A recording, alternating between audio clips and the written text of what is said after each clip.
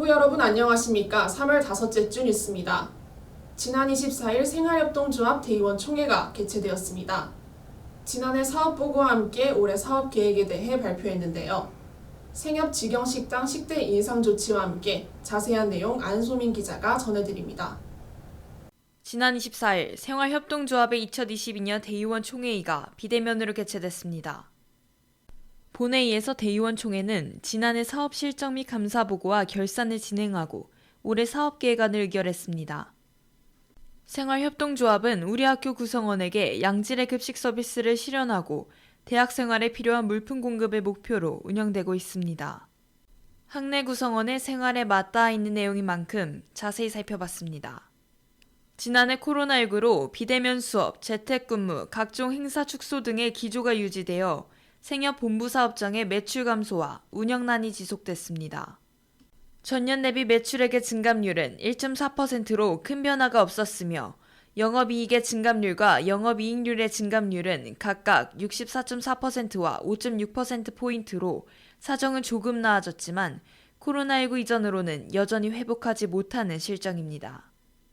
생협총회는 기념품 다양화, 기념의류 구매 온라인몰 운영, 카페 느티나무 모바일 교환권 서비스 도입 등의 주요 사업을 진행했다고 보고했습니다.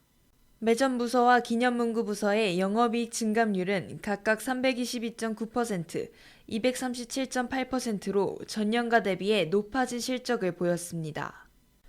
한편 생협 최봉수 학부생 이사는 생협 사업에 대한 홍보와 소통의 측면에서 아쉬운 점이 남았다고 밝혔습니다. 그래서 뭔가를 했는데 뭔가를 한 것이 티가 안 나는 경우도 많고 저조차도 그런 게 있었나 싶은 것들도 많고요. 그래서 그런 부분을 좀 잘했으면 하는 바람이 있습니다. 그래서 일단 제일 중요한 거는 총학생회와의 연계라고 생각은 들고요. 21년도에는 이 대중공고를 통해서 학생이사를 모집했어가지고 연석회의 측의 인원이 없었어요. 제일 큰 문제는 학내 학생의 의견을 대표하는 것이 부족해지고 서로 소식이 좀 왔다 갔다가 잘 돼야 일단은 따로 떨어져 있지 않게 되지 않을까 기대를 하고 있고. 생협은 올해 위드 코로나 대면 수업 확대에 따른 매출 증가를 기대하며 2022년도 본부 사업장에 사업계획안과 예산안도 발표했습니다. 사업 다각화와 매출 증대를 목표로 네이버 스마트 스토어와 같은 외부 쇼핑몰의 기념품 판매를 병행하고 단체 급식의 단조로움을 해소하기 위해 식당별로 테마가 있는 특식을 제공하겠다고 밝혔습니다. 또한 운영 내실화 및 서비스 향상을 위한 철저한 방역 관리와 안전한 매장 이용을 지원하고 경영 악화에 대비하겠다는 의지를 보였습니다. 카페 느티나무가 10주년을 맞이한 만큼 137동 언어교육원 지점을 시작으로 매장 환경 개선을 통한 직영 카페 이미지 전환을 시도하고 모바일 주문 및 결제 시스템 도입도 추진할 것이라고 덧붙였습니다. 한편 지난 3월 17일 진행된 2022년 제1차 생협이사회에서 식대 조정이 결정됐습니다. 자연식당 3층을 제외한 생협 직영식당 6곳에 대해 학생 백반 가격은 1,000원으로 유지하되 교직원 백반 가격은 2,200원에서 3,000원으로 800원씩 인상하고 기존 3,000원에서 6,000원 사이 가격대인 세트 메뉴는 1,000원씩 인상한다는 것입니다. 모든 메뉴의 판매가가 원가보다 낮고 최근 식자재 원가, 인건비 및 공공요금이 상승했다는 것이 식대 조정의 배경입니다. 인상된 식대는 오는 4월 1일부터 적용됩니다. 학생들의 식비 부담이 커진 만큼 메뉴의 다양화와 질 높은 식사 제공이 요구되며 학내 구성원 복지를 위한 본부의 추가적인 지원 또한 필요하다는 목소리도 제기됩니다.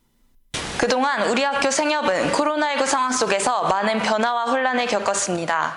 학내 구성원을 위한 올해 생협의 행보를 기대해봅니다. 학우 여러분께서도 관심을 가지고 지켜봐 주시기 바랍니다. SUB 뉴스 안소민입니다. 지난 1월 우리 학교 관악학생생활관 방제실 창고에서 화재 사고가 있었는데요. 사고 이후 이뤄진 공기질 측정 검사 결과 일부 시설에서 발암물질인 총이발성 유기화합물이 검출되는 일이 있었습니다. 이에 대한 생활관 측의 후속 조치, 임예지 기자가 전해드립니다. 지난 1월 서울대학교 관악학생생활관 방제실 창고에서 화재 사고가 발생했습니다. 화재 사고 이후 기숙사 내의 체력단련센터와 상담센터에 대한 공기질 측정 검사가 이루어졌는데요. 그 과정에서 발암 물질인 총휘발성 유기화합물이 검출돼 학생들의 우려가 커지고 있습니다. 관악학생생활관 측은 일폭시 작업이 공기질 측정에 영향을 미쳤으며 관악학생생활관 내의 공기질 안정성을 충분히 확보해 안전한 환경을 마련하겠다는 입장입니다. 관악학생생활관 공기질 측정 자료에 따르면 체력단련센터와 상담센터에서 3차례 진행한 공기질 검사 결과 총휘발성 유기화합물과 같은 발암 물질들이 다수 검출됐습니다. 총휘발성 유기화합물은 신경계 이상을 유발하는 발암 물질로 분류됩니다.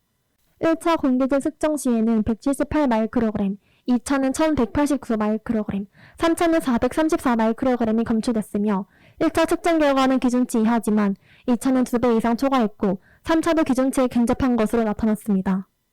이에 대해 관악학생생활관 측에서는 2차 공기질 측정에서 실내 공기질 관리법상 기준치인 500마이크로그램보다 초과된 것은 해당 측정 기간 중 919동 중앙 출입구에서 에폭시 도장 작업이 진행됐고 에폭시 작업이 총 휘발성 유기화합물 수치에 큰 영향을 미쳤을 것이라고 전했습니다.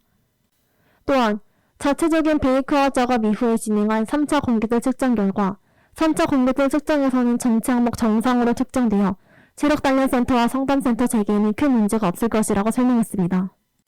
현재 관악학생생활관은 화재 이후 학생들의 안전을 위해 화재 관련 추가 청소가 진행 중입니다. 모든 측정 항목에서 기준치 이내의 정상 범위로 확인돼 각 호실에서 정기 입주가 진행됐지만 필요한 호실들은 추가 청소를 진행하고 있습니다. 체력단련센터와 상담센터는 공기질 안정성이 충분히 확보된 이후 개관할 예정이라고 합니다. 그동안 관악학생생활관은 화재와 코로나19의 대확산 속에서 많은 변화를 거쳐왔습니다. 하루빨리 학생들이 활기찬 일상을 되찾기 위해 학교와 학생 모두의 도움이 필요합니다. SCB 뉴스 임예지였습니다. 3월 5째 주 단신입니다. 우리 학교 미술관에서 튜링 테스트 AIA 사랑 고백 전시가 진행 중입니다. 전시는 지난 24일 개막했으며 5월 22일까지 이어집니다. 2022학년도 2학기 다전공 신청이 오는 4월 4일부터 시작됩니다. 마이스누 포털 혹은 모바일 앱에서 학기당 최대 3개 전공까지 신청 가능합니다. 이상으로 3월 5째 주 뉴스 모두 마칩니다. 시청해주신 학우 여러분 고맙습니다.